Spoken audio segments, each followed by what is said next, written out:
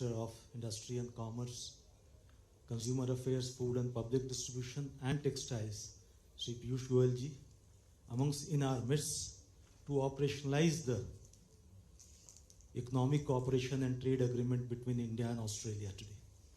I also take this opportunity to welcome the captains of industry present here today and also our friends from media who are very key to take this message of what the trade agreement offers for the entire export industry across the country so that they can leverage the benefits out of this trade agreement.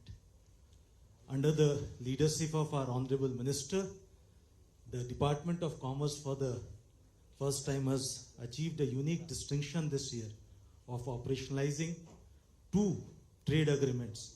First, the trade agreement with UAE was operationalized earlier this year, and now we have got Indo-Australia Economic Cooperation and Trade Agreement, which is going to be operational today.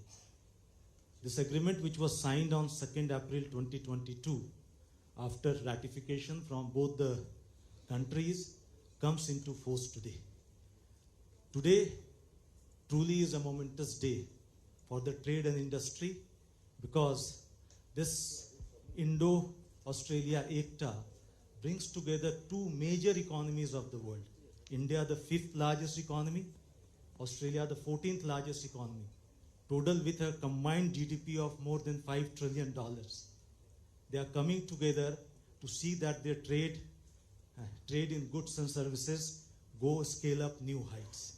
This offers opportunities on both sides, and especially for the Indian industry to see how we can leverage those new markets, new opportunities that this trade agreement offers for us. The two countries are hugely complementary in nature, and this trade agreement which is one of its kind with developed country in last more than 10 years, will open up opportunities for more such initiatives by Department of Commerce in future. So we are here to welcome all of you here today, and we look forward to the guidance from Honorable Minister to how to take this trade agreement forward and towards a win-win solution for both India and Australia. Thank you very much. Thank you, sir. Thanks for your welcome address. Indus ECTA reflects the shared vision of leaders of both the countries of using trade and economic cooperation as key drivers for sustainable economic growth. To give you all a detailed snapshot of the expected gains from this ECTA agreement, may I invite Joint Secretary Tapan Majumdar sir to give a small presentation.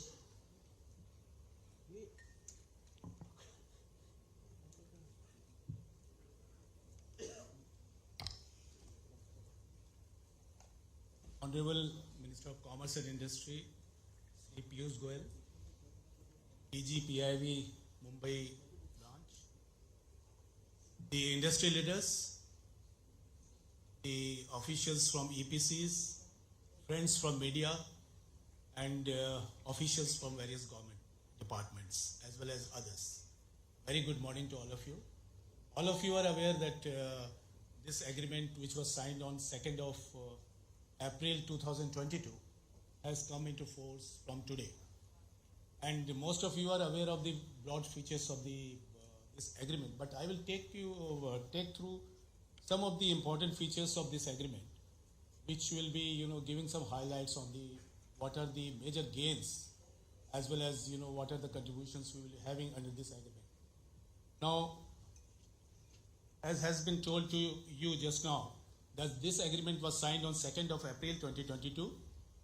Then it took some time for the ratification because there is a process in Australia for the ratification through parliamentary approval, which took its time because of the change of government as well as the parliamentary approval, which could only be done on 21st of November 2022. We were ready with this quite beforehand, but it was on their part that it took some time. Then there was exchange of written notifications from both the sides on the completion of the domestic processes, and 29th November it was completed. And as per the agreement, after 30 days, once you exchange the notifications, after 30 days, it enters into the operation. Now, since it was exchanged on 29th of November, therefore, it is entering into force from 29th of December 2022. all of you are aware that in this Indus Ekta, which is the initial agreement, we have also committed to have a comprehensive agreement subsequently, wherein there are certain elements of the which could not be discussed in a very short period will be taken care of, and the process is on. The chief negotiators from both the sides are discussing on this issue for forming the scoping paper, which will consist of what are the elements we are looking for the comprehensive agreement. And the launch is likely to be during the Joint Ministerial Commission meeting, which happens once in a year. And the dates are yet to be finalized. This will be happening during that time. Now, when you look into the India-Australia relations, you are aware of that Australia is a very strategic partner of India. They are already the members of the Quad wherein India, Australia, Japan and US is there. Then they are also member of the SCRI, Supply Chain Resilience Initiative, which was launched in 2021 in April, and wherein Japan, India and Australia are the members, and they are discussing how to make the supply chain among these three countries a resilient supply chain. Then Australia, India are also part of the Indo-Pacific Economic Forum, which is a 14-member associations driven by the US, and negotiations are going on. One of the most important part of the this Australian side is that this agreement, because all of you are aware that there are about 7 lakh Indian diaspora in Australia, and we are going to be the first in terms of the diaspora in Australia very shortly, which makes their contributions is very significant in terms of Australian society and the economy.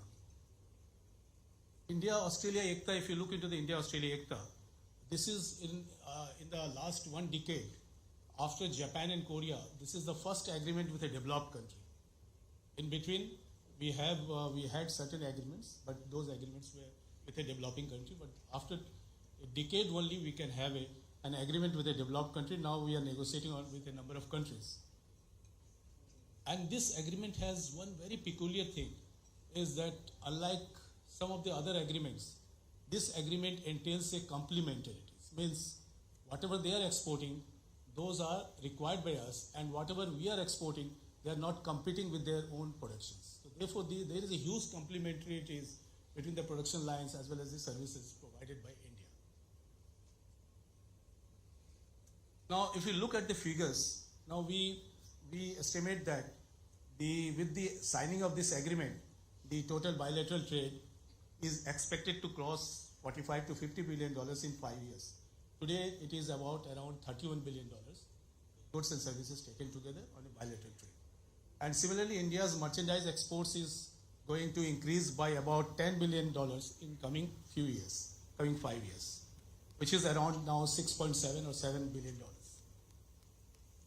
The other advantages we have in terms of, you see, not only the exports, but at the same time, there will be employment generation, which will be more than 10 lakh jobs in India, as well as there will be a lot of job opportunities in Australia, because the students and other people will be moving, wherein we will be talking briefly on the services part, then we can show that how it will increase the services.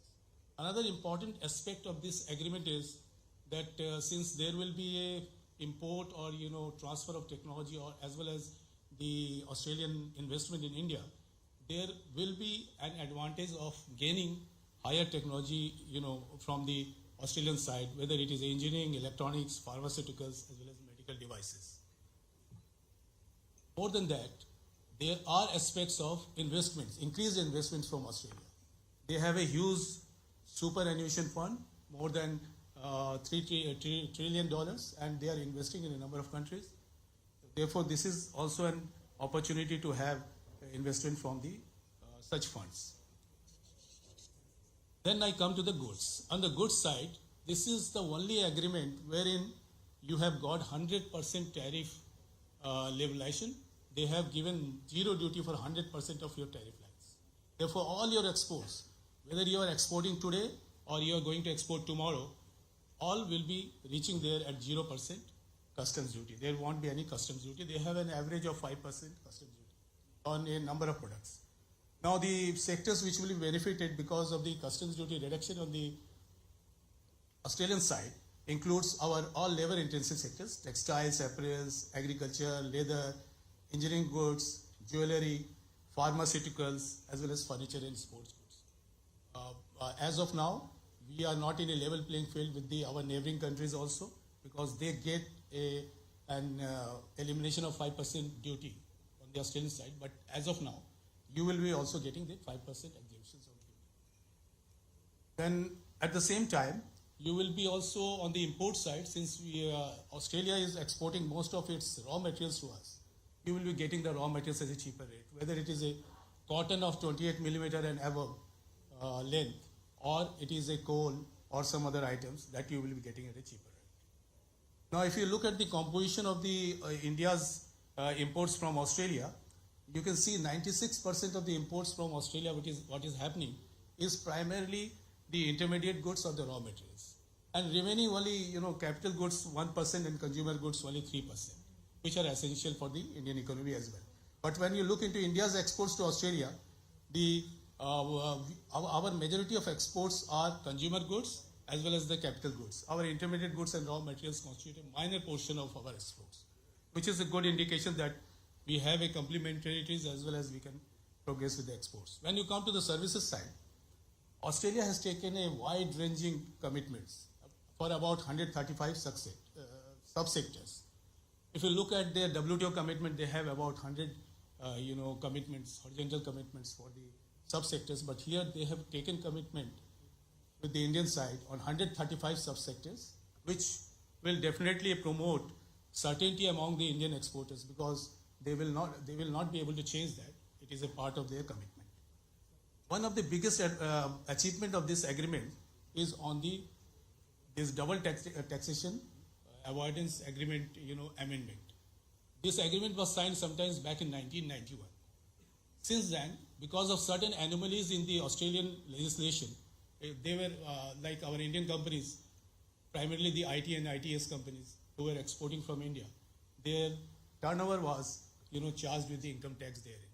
Now with this amendment, this turnover will not be charged with income tax in their country, which will be approximately we will be saving approximately $200 million per year. Then there are a number of visa advantages which has been given under this agreement.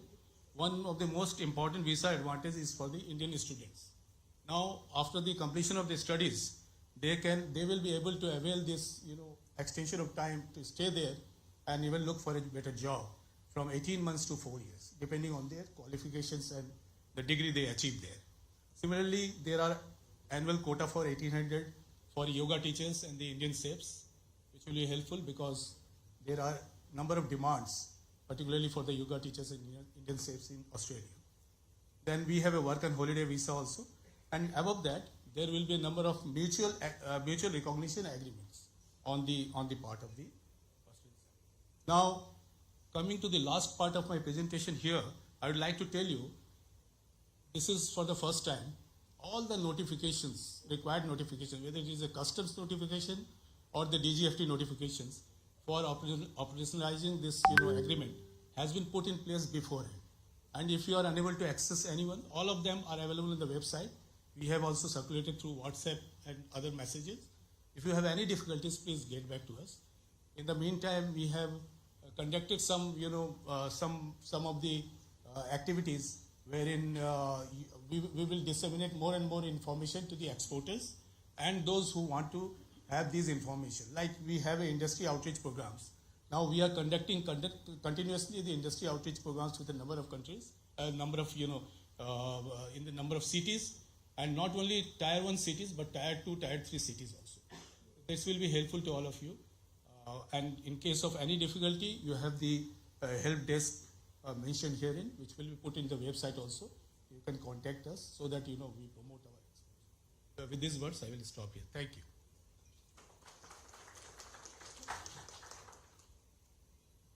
Thank you, sir. As briefed by Tapan sir, that the digital portal is already operational. The digital portal for filing of preferential certificate of origin under ACTA is operational, and the exporters can apply for the e-CEO from the portal. To mark the operationalization of this agreement, may I request Honorable Commerce and Industry Minister Shri Piyush Goyal sir to hand over the certificate of origins to our exporters from the pharmaceutical sector, textile sector and jewelry sector for the consignment of exports agreement. All these products will attract zero custom duty from today onwards. For this, may I call upon Shri Deepak Bora from Unilab Chemical and Pharmaceutical Private Lab to please come and collect the CEO.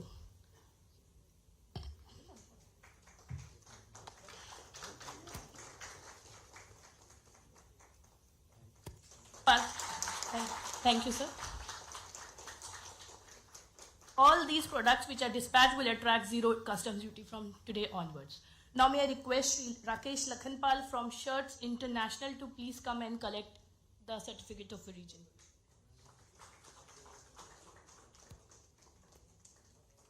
Textile sector is also one of the major gainers under this agreement, where we are getting duty-free access from the day one. That is, from today onwards, all the exports would be going duty-free to Australia under ACTA. Now may I request Shri Ashish Kothari from Jewelex India Private Limited to please come and collect his certificate of origin.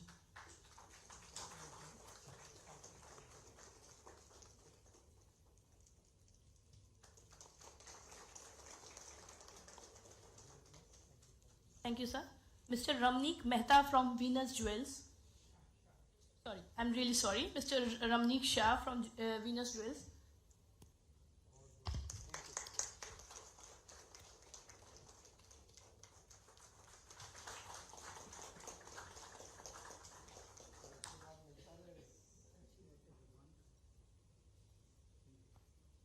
Thank you, sir. Lastly, I would request Mr. Sahil Jain from Zen Star Jewelry to please collect his certificate of origin.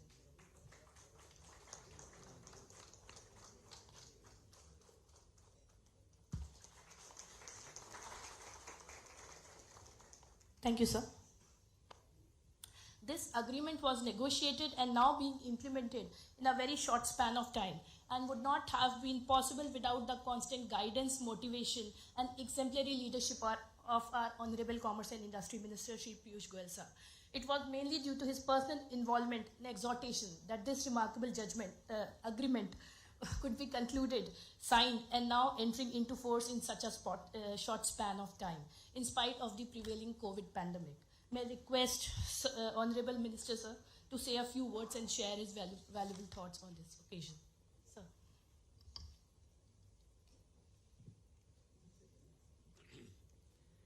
Thank you very much, Madam. Shri Rajesh Agarwal ji, Additional Secretary, Department of Commerce, Ministry of Commerce and Industry. Madam Monideepa Mukherjee, Director General PIB Mumbai. My colleagues from the Ministry, Darpan Jain, Tapan Mazumdar, other colleagues from the government, colleagues from industry, friends, who are the real reason why we are all here. Friends from different industries, whether it's textiles, jewelry, gem and jewelry, leather, chemicals, all the various sectors which stand to benefit deeply from this agreement. The IT sector, services, which will have a huge impact post this agreement, and friends from the media. At the outset, please permit me to apologize that we had to reschedule. I had to do an important meeting with a large investment group from the USA early morning today, and therefore I could not join you earlier. But I do believe that Mr. Agarwal, who's just taken charge in the Ministry of Commerce, got a good chance to interact with many of you and understand what we should do next for the 2023 agenda in the Department of Commerce. My heartiest congratulations to all of you on the entry into force of the India-Australia ECTA agreement, Economic Cooperation and Trade Agreement, the Indus ECTA agreement, which all across the Australian geography is being called the Unity Agreement, the Unity Agreement between Australia and India. And I compliment all of you for its successful negotiation, for its successful passing through the various processes in both countries, finally culminating with Parliament in Australia approving the Ekta Agreement, and now with all the customs documentation also having been completed. What could have been a better occasion than Guru Gobind Singh Jayanti for the Indus Ekta Agreement to enter into force? And paying my respects, bowing my head to Guru Gobind Singh Ji, I think it's a great, great blessing that we are all receiving in the form of this agreement entering into force today. I don't know if any of you recall, but we've had somehow, and not so much by plan, but by coincidence, there's been somewhat a connect in all our various agreements and how they progress. So we had the UAE agreement entering into force on 1st May, which is Labor Day, which is Maharashtra Day. We are sitting in Mumbai. Gujarat celebrates its Foundation Day. So 1st May was when the UAE agreement entered into force. And today on Guru Gobind Singh Ji's Jayanti, with this agreement with Australia entering into force, I think 2 agreements within a calendar year is a matter of great joy and celebration for all of us in this room and for every Indian, every Australian across the country. In fact, early morning, I got a message from my counterpart, colleague minister, Mr. Don Farrell. Some of you may recall the agreement was finalized with Dan Tehan, but finally got approved under the leadership of Don Farrell. So from Dan to Don, it's been a journey of a year and a half. I would also call it a labor of love of this entire team. And I would say all of you also who actively participated in the various stakeholder consultations and helped us stitch together a win-win agreement between both countries. So Don sent me early morning a message, and I'll read it out to you. Great interest in our trade agreement. Happy New Year. It's coming today morning at 2:21 a.m. India time. So he must have just got up early morning in Australia. And along with that, he has sent me an article that he has penned down in the Australian, which is one of the major newspapers of Australia. India Trade Pact opens door to an export bonanza. So I responded to him with my message. Congratulations, Don. What a wonderful day. I am just proceeding to a celebration program on the entry into force of Ekta today. Have a great 2023. And I have sent him on the edit page of Economic Times what I have written, and both of us have written a small note celebrating the Indus Ekta Agreement. So truly a matter of great joy and satisfaction. 2 agreements with 2 countries with large per capita incomes, large market potential in a variety of areas: pharmaceuticals, textiles, chemicals, gem and jewelry, leather and sportswear, and Australia is a sporting nation. A lot of potential for finished products to Australia because they hardly manufacture anything. They are largely a raw material and intermediate producing country. So it's a complete win-win. We will get cheaper raw materials for Indian industry, which will help us become more competitive to serve the world markets, which will also help us to serve Indian consumers with better quality goods at more affordable and competitive prices. Similarly, Australia, which is largely dependent on imports for most of their finished products, will benefit hugely. Consumers in Australia will benefit hugely. with the entry into force of this agreement, and they will soon start seeing a lot more finished goods coming in from India, a lot of products that all of you are manufacturing in India, providing huge amount of work and job opportunities for businesses both in goods, merchandise and in services for Indian boys and girls, our young professionals, the talent that we have in India. You are also aware that, as Tapan just mentioned, this will also eliminate the double taxation on IT services, which was actually making us less competitive, and also we were losing out to in terms of profitability in our IT sector because of this double tax that they had to pay in both countries because of a earlier provision that was there in their law. I'm happy to share with you that they have, as a part of this Ekta agreement, also agreed to remove that and amend the law, which they have done in Parliament, and from 1st of April, double taxation for our IT sector will be over, and we'll save millions and millions of dollars right now, and going forward with the increased potential for our IT sector, my guess is we'll start saving over $1 billion every year for the IT sector,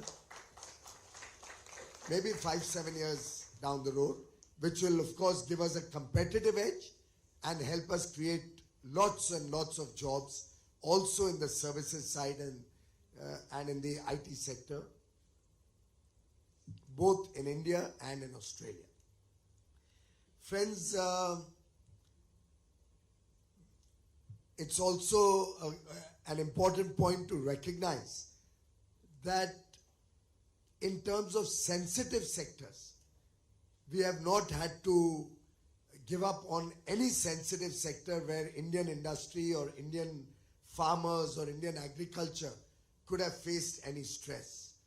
And you'll be happy to know, while India will get nearly 100% access to the Australian market duty-free, of which nearly 98% plus of our value of trade today will get zero duty from day one, from today.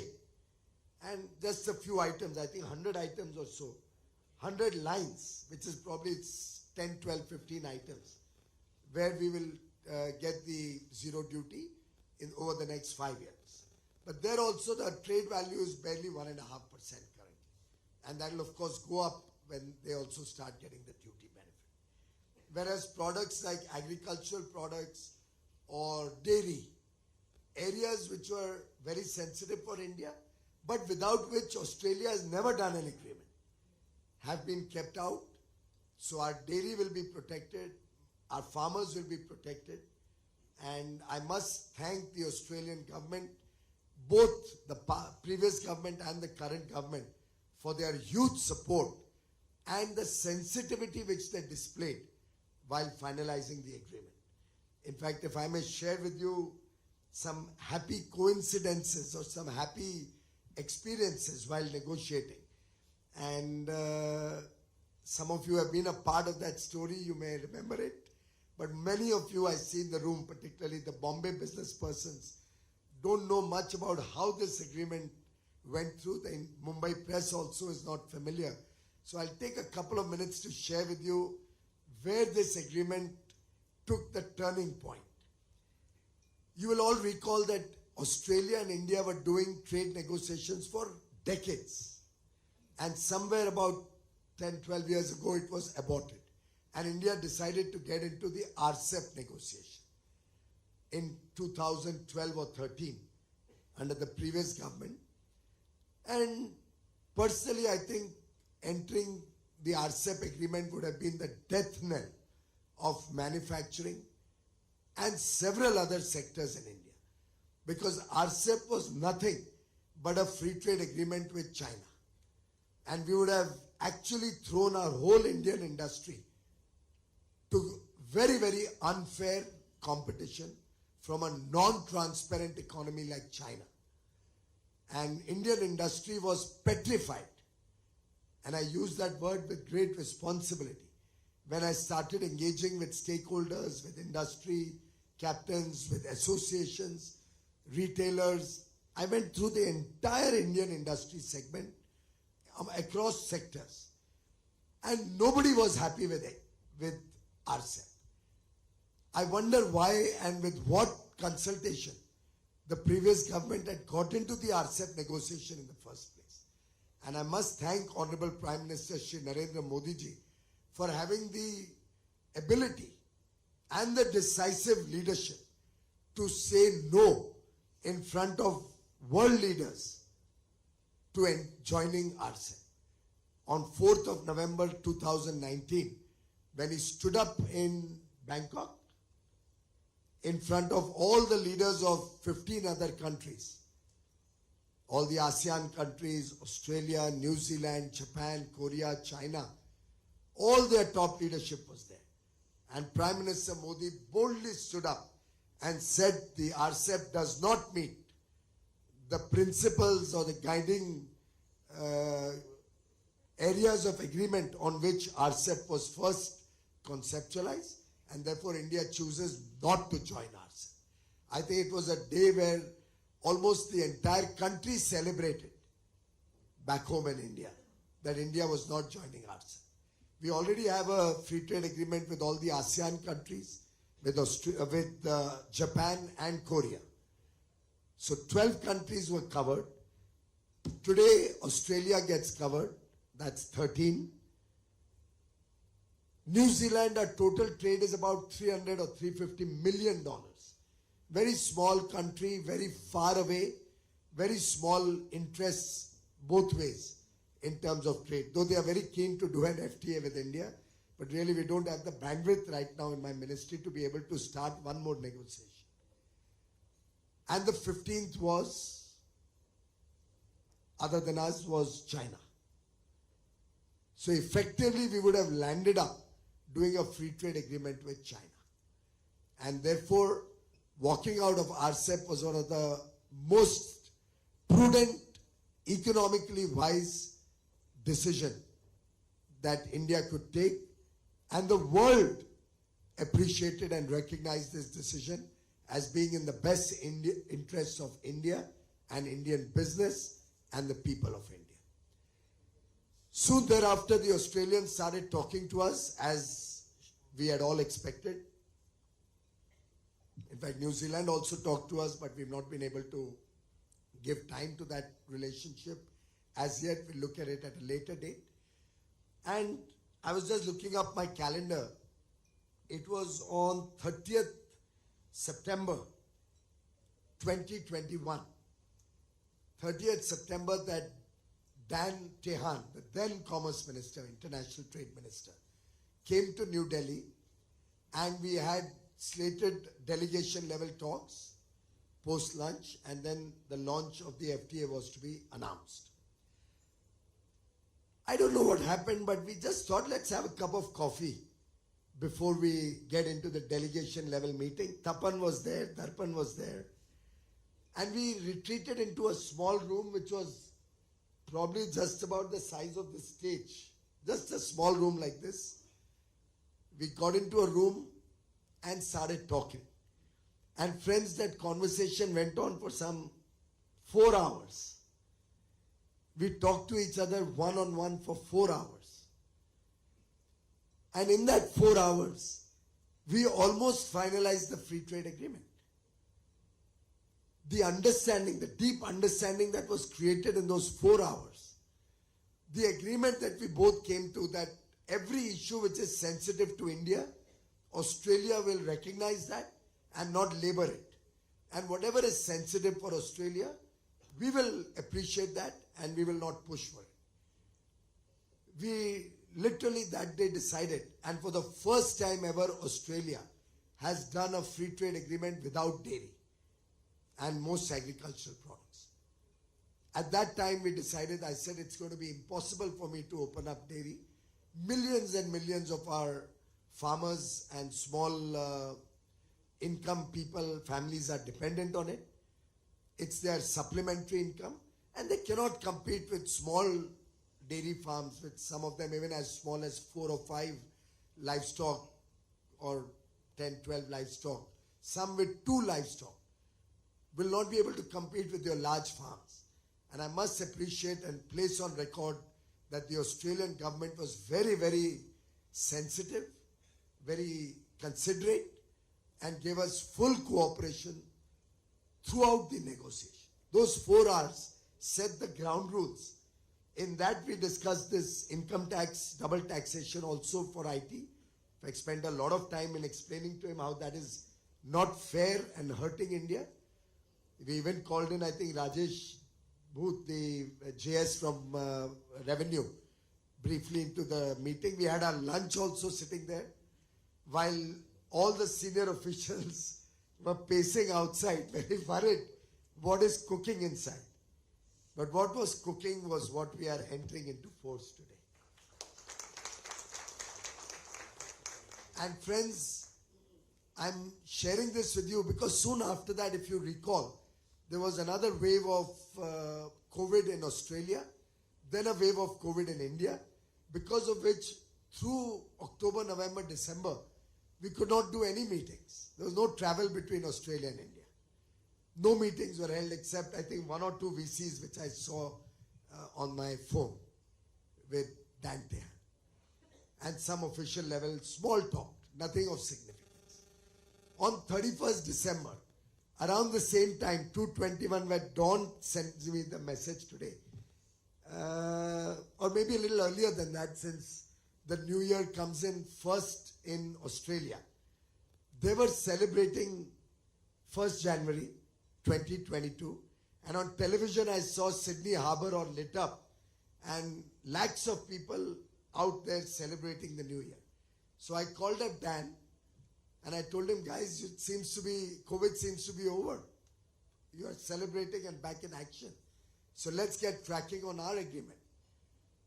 And while wishing him for the New Year, we decided let's do a VC on 4th of January. 4th of January, we did our first VC to start negotiating. Am I right? You all are part of that VC. To start negotiating this free trade agreement. And friends, the last VC we did, in between our teams went there, their teams came here, but the last VC was on 25th March. So 4th January was the first VC where we decided to relaunch. 25th March was the last VC when we ticked off all the boxes, finalized the commas and full stops. The last item we opened up for them was cochlear implants. I still recall that. We got the last few items they were not opening up so that this could become 100% market access for Indian business on 25th March. And 2nd April, as we celebrated Gudi Padwa, in the august presence of both the Prime Ministers, Prime Minister Modi and Prime Minister Scott Morrison, Dan Tehan and I signed the agreement in New Delhi. So it was a real labor of love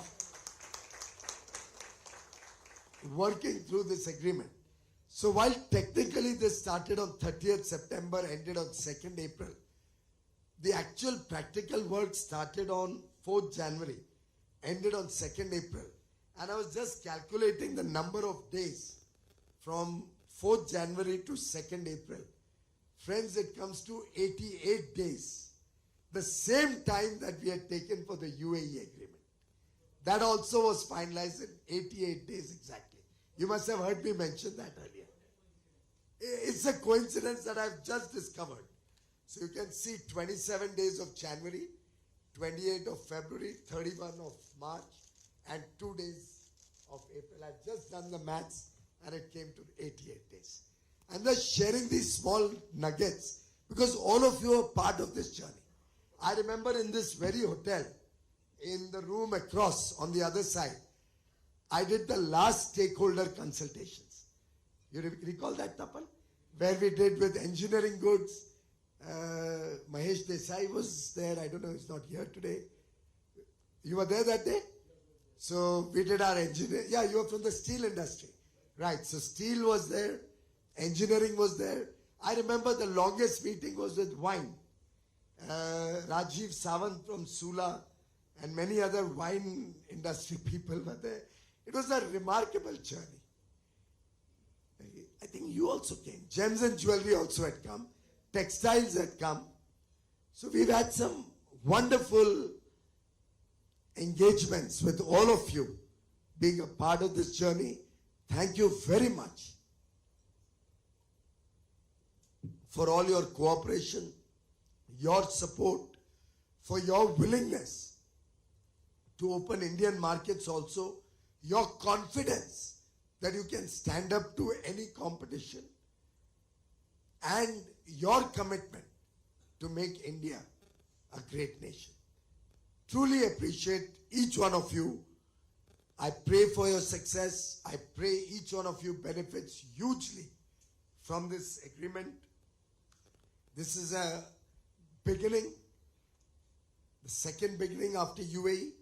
We have many more to go in the pipeline, and I'm sure with your support, your continued, let's say, push to help us get other agreements on the table, I'm sure 2023 will be another great year, another successful year of India's engagement with the rest of the world.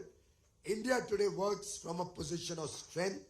We negotiate with confidence, and we negotiate for a brighter future for our young boys and girls.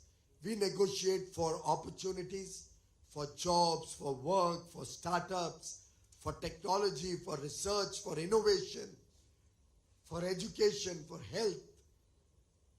And with the support of this team sitting in front of me, I think an agreement, which if I can take an analogy from cricket, which also binds Australia and India together, this can be called an agreement that was negotiated with the speed of Brett Lee and the perfection of Sachin Tendulkar.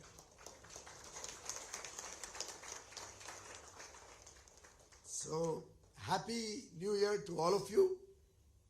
Great business both in India and internationally for all of you in your respective areas. I'm confident we have great times ahead of us as a nation under the leadership of Prime Minister Modi. I'm confident that going forward, India will become a developed nation. India will take prosperity to every single citizen, every person who lives in India. And I'm sure each one of you will be a part of that journey, and you will contribute hugely to this success story in the making. God bless all of you and your businesses and your families. Thank you. Thank you, sir, for the interesting and enriching remarks. Moving on to the next segment, may I request Monideep ma'am to carry forward the proceedings of media interaction. Yeah, so Anybody has anything else to add or say? Maybe give 4 or 5 industry participants also the mic to be able to give their comments, and then the media can ask. Anybody from business would like to just add a Anybody who wants to add can raise hands. The mics will be passed on to your table. Yeah.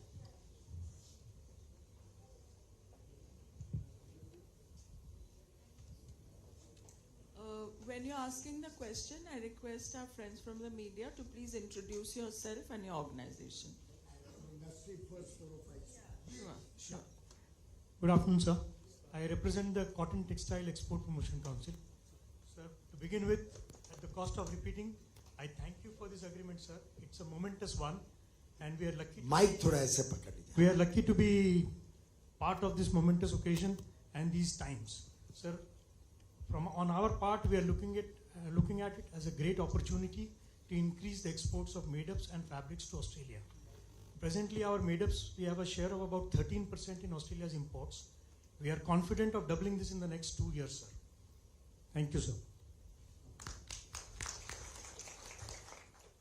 So we are from JSW Steel, and we are one of the very progressive exporters, and we sincerely thank this government, this particular FTA, which will give us immense benefit in terms of the raw material imports, especially the coking coal side, which will add to our benefit of the competitiveness, and also an opportunity for us to export to Australia and exchange of trade. I think it's a lovely and a very, very good initiative taken by our government. And we've got the melt and pour for the steel industry. That is the best part of it. I mean, I forgot to mention that. Yes, and we request that melt and pour be continued in all our onward journey, sir. To the best of our ability. Thank you, sir. So melt and pour means that unless the product, steel product, is actually produced in that country, melted and produced, so from scrap or from iron ore, it will not be considered a local produce. So Chinese goods cannot go to Australia, be rolled or processed there and come to India. It will have to be produced in Australia before it can be shipped to India. That has been steel industry's demand for maybe decades, but for the first time done in the UAE agreement and now in Australia. Thank you. Good afternoon, sir. Hemant Minocha from Plex Council, and this is going to be a game changer for us for plastics. Our exports stand at only 140 million currently, and the potential is 14 billion, out of which 6 billion is easily accessible because it's all value-added products from us. Right. All the best. Thank you. First of all, sir, good afternoon to you, and congratulations on this. Khalid Khan from Vice President of Federation of Indian Export Organization. Congratulations to sir for this historic agreement between India and Australia. First of all, it's a historic day today that we are doing 2 agreements in 1 year, and we are really very keen, sir, that this agreement is going to help all entire industry government, because we cover all the sectors in exports. So we are sure we will try our best to achieve what the government is looking for, sir. Thank you very much. Sir, I'm Mokashi from Camexil, sir. We have India, is largely where agrochemical industries are very large in the worldwide. We are exporting, and this major our exports in organic, inorganic, and agrochemical industries. Our agrochemicals export is major in Australia, and which is going to be double in this agreement. So it is very happy moment for us, our industry. Thank you. Sir, this is Suresh Darak from Wellspun Corp. In May 22, we have been negotiating a 500 crore tender with the Australian government. And we were not sure whether the 5% duty will be exempted or not. So I spoke to Tapan. And I asked him when it is going to be implemented. He said 1st January positively. Because the new government will come in and they will ratify it. And thank you very much for that, sir. And we have not considered. Because of that, probably we were the L1. Thank you, sir. Incidentally, Prime Minister Modi कितना आगे की सोचते हैं वो आपको मैं share करना चाहूँगा. तभी इलेक्शन होने वाला था. When we finalized the agreement, उसके थोड़े दिन बाद ऑस्ट्रेलिया में इलेक्शन था. Before finalizing the agreement, he made sure that I would discuss with the other party in Australia. So we had bipartisan support from both the principal parties before we executed the agreement. And even when I went to Australia, I met the shadow minister of the Labour Party, which is now in government. And they committed their support to this agreement. Uske baad we executed it, even after there was a change of government. Not one comma full stop has been changed. What we had executed with the previous government has been finalized has been passed by Parliament. So that was his foresight to make sure that both parties we get bipartisan support before even finalizing the agreement. Nayan Jani, GJ Town, India. Sir, actually what target we are looking with the agreement with Australia for 5 years again? And second question, how far we are from the UK agreement, sir? Well, on a conservative basis, the target that they have set between the officials is about $50 billion worth of trade in the next 5 years. But both Don Farrell, the Honourable Minister from Australia, and I, we both feel committed to expanding far more than that. We do believe that our two-way trade has significant potential to grow even in non-traditional areas. We believe there's a huge potential also in the services sector. We've talked about promoting sports, for example, and they are helping us to upgrade the sports facilities in India. We have also talked about the wine industry, that they'll bring technology and investment and help us improve our wine industry.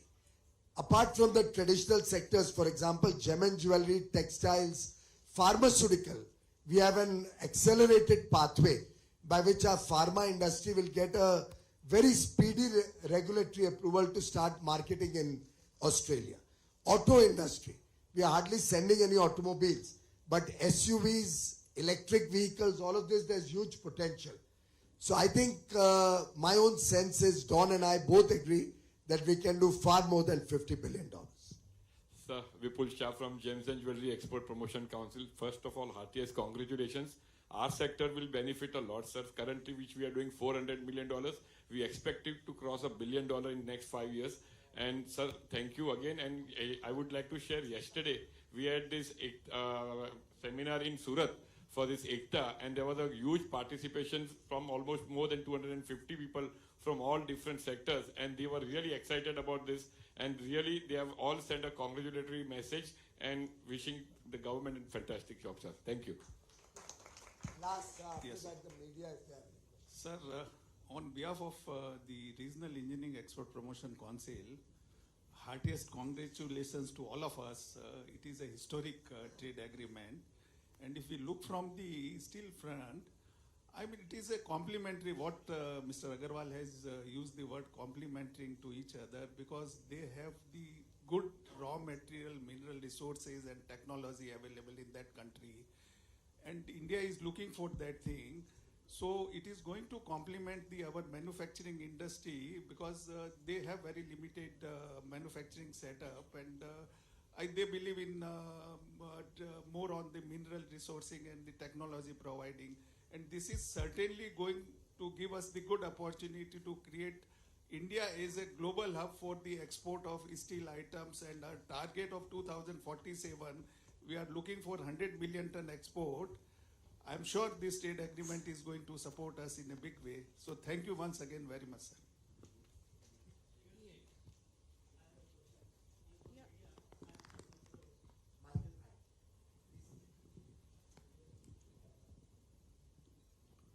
Hello. Thank you, Piyush. I'm the resident editor of Daily Sahafa, which is being published from Mumbai, Lucknow, Dehradun, and Delhi. Sir, I have a question for you. How big are the opportunities for generating this employment under this ACTA agreement? We believe that based on the feedback we got from industry, the agreement will add at least 10 lakh jobs in the next 5 years in India. Excellent.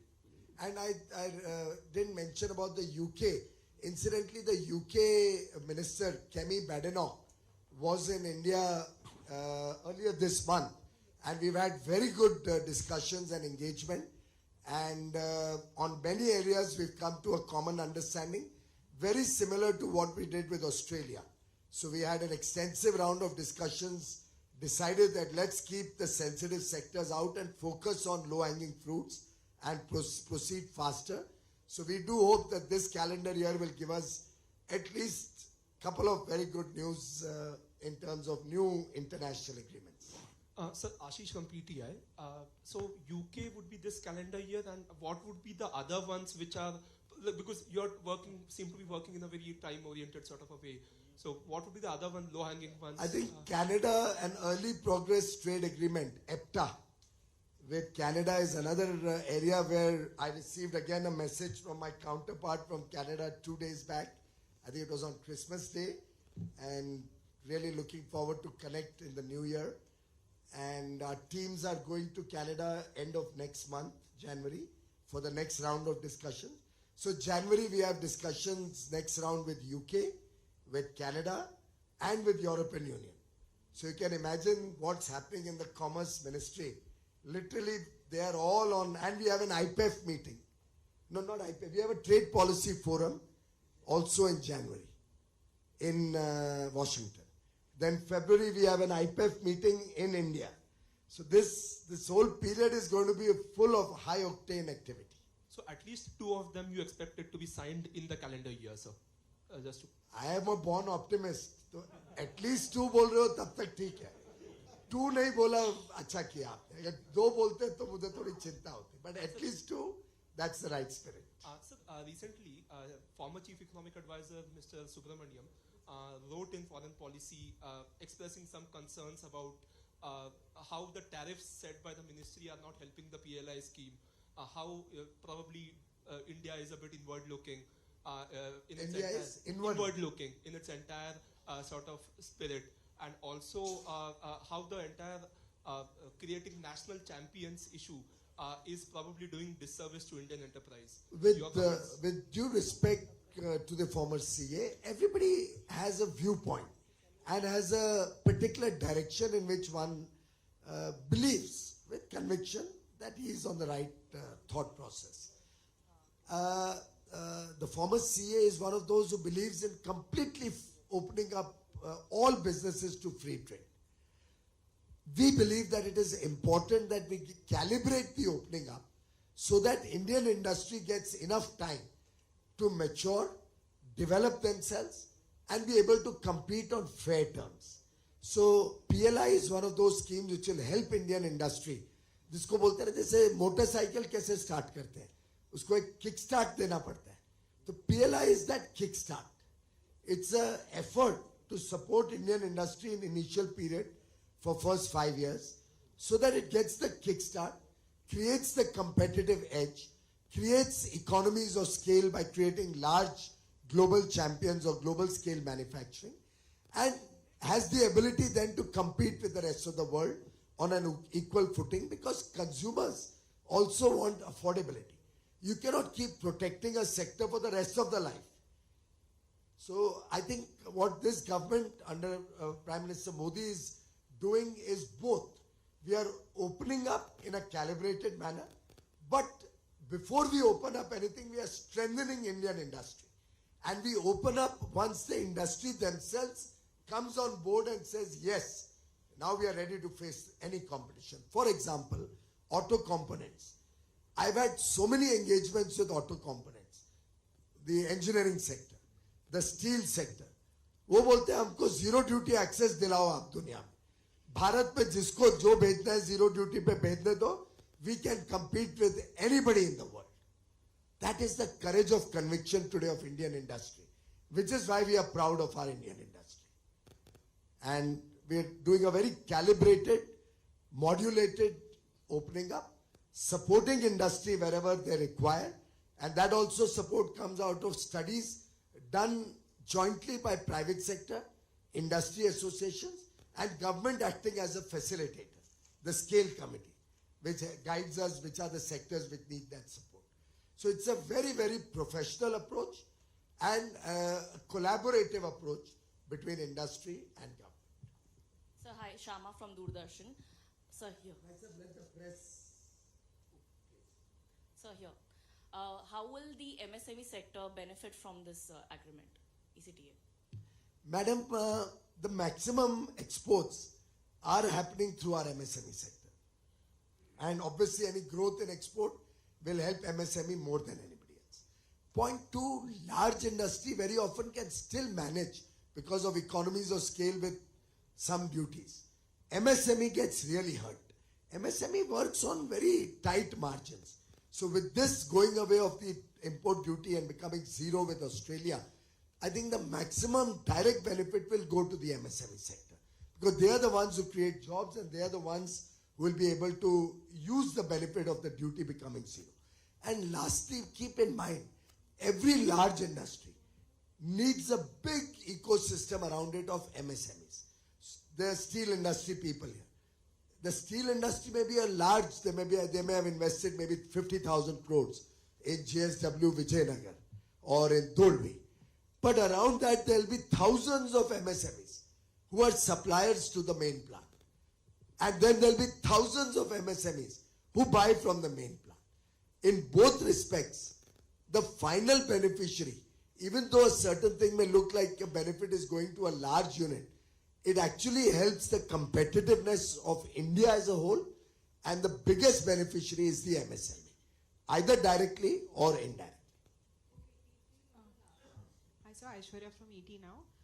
Of the $45-50 billion bilateral trade benefit that will be there between India and Australia, which are the top 5 sectors that will benefit from this trade? The 5 large beneficiaries? Yes. I think you heard all of them speaking here, but I can broadly from my mind recall, gem and jewelry was most bullish that this will be a great benefit for them.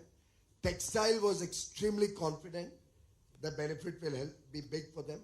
Automobile, auto components, and then the larger engineering ecosystem was another area which was very confident that this will open up huge opportunities.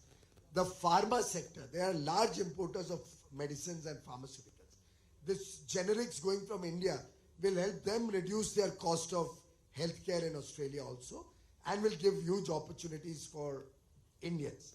Now I can keep going on or not, but I'd like to mention the IT sector. Because of that double taxation going away, since you talked of 5, IT will benefit in a big way.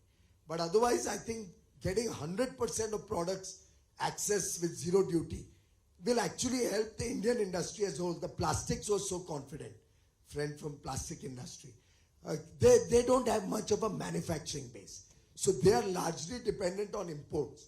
And their largest imports comes from a country who's not very friendly with them right now. So they are very, very keen to expand with an alternate, and a powerful, large manufacturing base like India fits perfectly into Australia's plans. We are together on the Quad, Japan, Australia, US and India. We are together on the supply chain resilience initiative between Japan, Australia and India. So we are working together on strategic, geopolitical and now economic areas. So we are, the ambit of our relations is only going from strength to strength. Sir, first of all, congratulations for achieving this milestone. Would like to know more about that. What are the chances of government and what are your views for coming forward with the full free trade agreement with Australia in the coming years? This, in terms of goods and services, this almost covers everything. So these days, free trade agreements usually cover non-trade issues also. You know, they discuss about our collaboration and cooperation in education. They talk about environment, climate change. So various new subjects are becoming very important in modern free trade agreements. So this agreement covers, I think, 9 chapters and 14 is covered in this agreement. There are few areas more that we are discussing with them. We are discussing how to expand investments between the two countries. So that's another area where we have discussions going on. We are looking how we can improve mobility between the two countries. While I'm sure you might have noticed, every student who goes to Australia to study will get a guaranteed visa ranging from 18 months to 4 years. Our STEM graduates or postgraduate students, PhDs and all, will get 4-year work visa guaranteed to work in Australia. So all our students who go there will get a chance to recover the money they spend on their education, and many of them may even get a chance to work if they do well. Then our yoga instructors and chefs, cooking chefs, bawarchi, they will get 1,800 visas every year. Every year 1,800 work permits for chefs and yoga instructors. So it's an agreement which covers a very wide span, and which I can, madam, keep recounting the benefits, and शाम हो जाएगी, मुझे आपको शाम का खाना भी खिलाना पड़ेगा. Thank you, friends. Thank you very much.